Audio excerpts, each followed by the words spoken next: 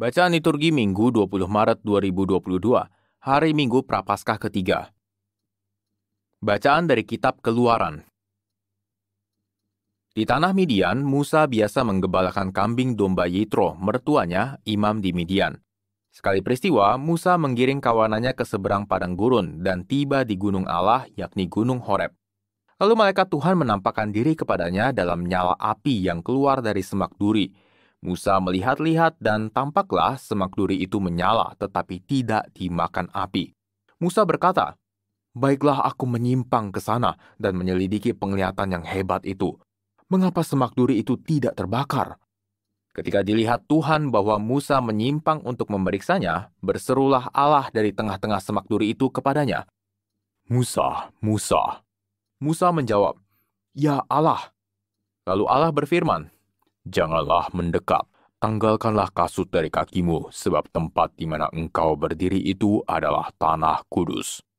Allah berfirman lagi, "Akulah Allah ayahmu, Allah Abraham, Allah Ishak, dan Allah Yakub."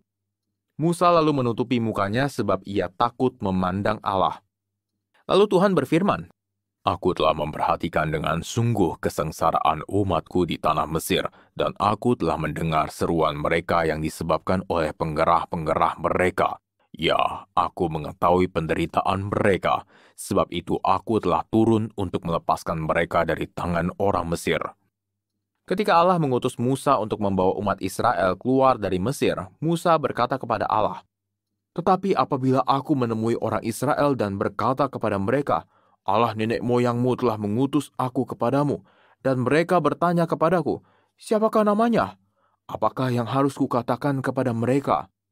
Firman Allah kepada Musa, "Aku adalah Sang Aku."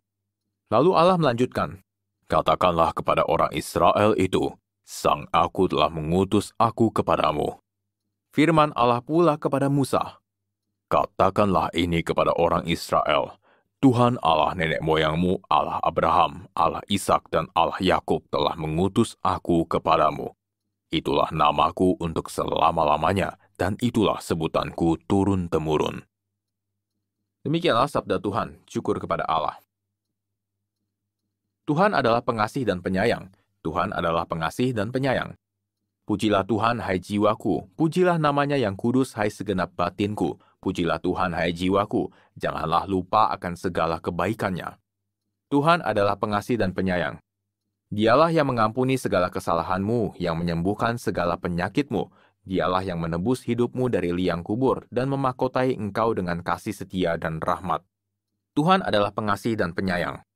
Tuhan menjalankan keadilan dan hukum bagi segala orang yang diperas. Ia telah memperkenalkan jalan-jalannya kepada Musa dan memaklumkan perbuatan-perbuatannya kepada orang Israel. Tuhan adalah pengasih dan penyayang.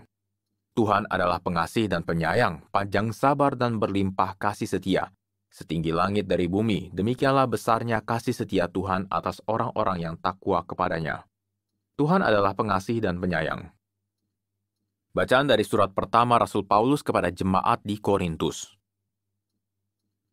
Saudara-saudara, aku mau supaya kamu mengetahui bahwa nenek moyang kita semua berada di bawah perlindungan awan dan bahwa mereka semua telah melintasi laut. Jadi untuk menjadi pengikut Musa, mereka semua telah dibaptis dalam awan dan dalam laut. Mereka semua makan makanan rohani yang sama dan minum minuman rohani yang sama, sebab mereka minum dari batu karang rohani yang mengikuti mereka, dan batu karang itu ialah Kristus. Tetapi sungguh pun demikian, Allah tidak berkenan kepada bagian terbesar dari mereka. Maka mereka ditewaskan di padang gurun. Semua itu telah terjadi sebagai contoh bagi kita. Maksudnya untuk memperingatkan kita supaya kita jangan menginginkan hal-hal yang jahat seperti yang telah mereka perbuat. Demikian pula, janganlah bersungut-sungut seperti yang dilakukan oleh beberapa orang dari mereka, sehingga mereka dibinasakan oleh malaikat maut. Semua itu telah menimpa mereka sebagai contoh bagi kita. Semua itu dituliskan untuk menjadi peringatan bagi kita yang hidup pada zaman akhir yang kini telah tiba. Sebab itu, siapa yang menyangka bahwa dirinya teguh berdiri, hati-hatilah supaya jangan jatuh. Demikianlah sabda Tuhan, syukur kepada Allah. Terpujilah Kristus Tuhan, Raja mulia dan kekal. Bertobatlah sabda Tuhan, sebab kerajaan surga sudah dekat. Terpujilah Kristus Tuhan, Raja mulia dan kekal. Inilah Injil suci menurut Lukas, dimuliakanlah Tuhan. Sekali peristiwa, datanglah beberapa orang kepada Yesus dan membawa kabar tentang orang-orang Galilea yang dibunuh Pilatus dengan darahnya dicampurkan dengan darah kurban yang mereka persembahkan. Maka berkatalah Yesus kepada mereka, "Sangkamu orang-orang Galilea itu lebih besar dosanya daripada dosa semua orang Galilea yang lain karena mereka mengalami nasib demikian?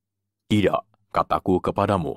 Tetapi jikalau kamu tidak bertobat, kamu semua pun akan binasa dengan cara demikian. Atau sangkamu ke-18 orang yang mati ditimpa menara dekat Siloam lebih besar kesalahannya daripada semua orang lain yang diam di Yerusalem? Tidak, kataku kepadamu. Tetapi jikalau kamu tidak bertobat, kamu semua pun akan binasa dengan cara demikian." Kemudian Yesus mengatakan perumpamaan ini. Ada seorang mempunyai sebatang pohon ara yang tumbuh di kebun anggurnya. Ia datang mencari buah pada pohon itu tetapi tidak menemukannya.